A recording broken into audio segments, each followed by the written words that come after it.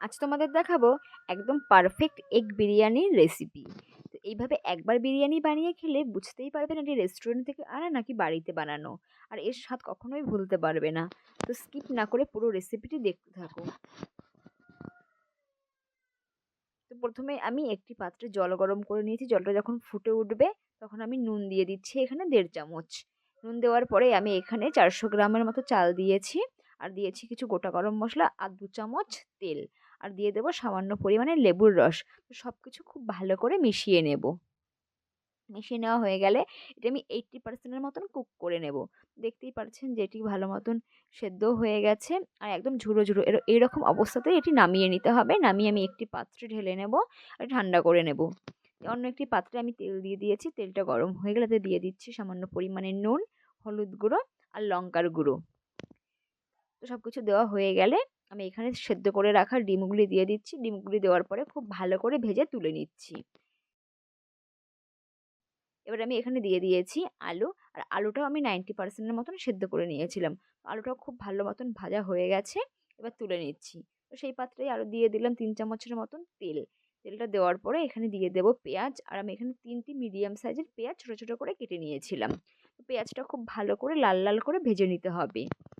তো ভালো করে ভাজার পরে আমি এখান থেকে কিছুটা পরিমাণে পেঁয়াজ তুলে রাখবো। আর পেঁয়াজটা কেন তুলে রাখছি তা আমি পরে দেখাচ্ছি।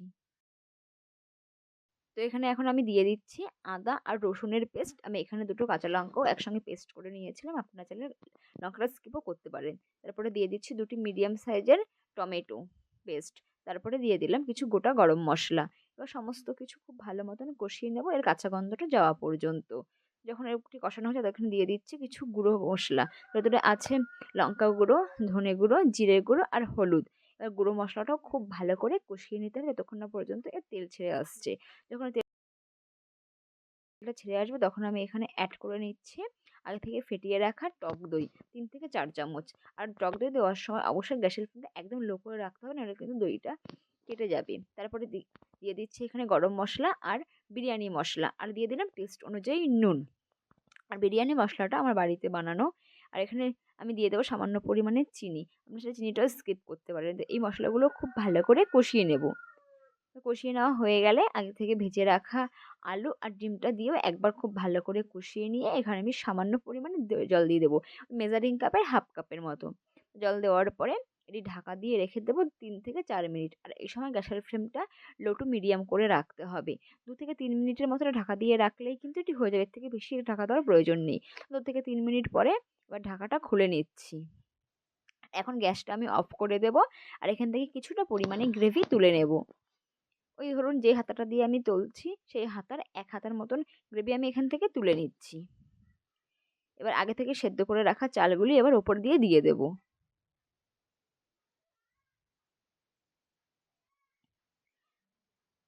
তো সবগুলি দেওয়া হয়ে গেলে এবার আমি যে গ্রেভিটা তুলে রেখেছিলাম সেই গ্রেভিটা সুন্দরভাবে চারিদিকে ছড়িয়ে দিয়ে দেব।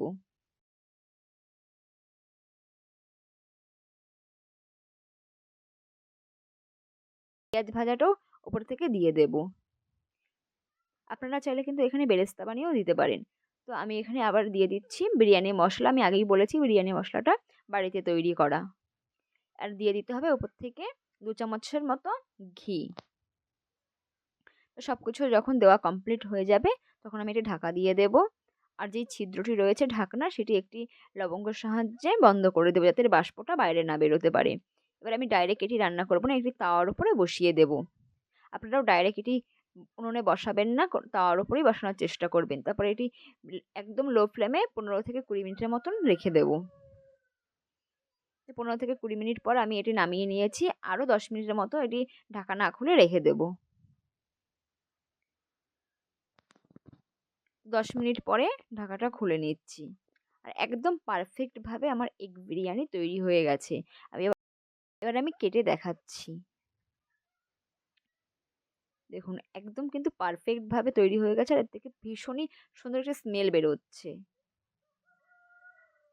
আর দেখে বুঝতেই পারছেন যে এটি কতটা ঝুরো ঝুরো হয়েছে। এবার আমি সার্ভ করে নেব।